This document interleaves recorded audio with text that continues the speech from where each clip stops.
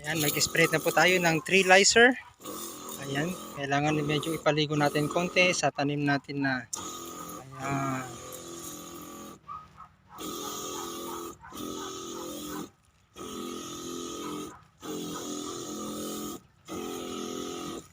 So ayan po yung tanim natin na sitaw. Ayan.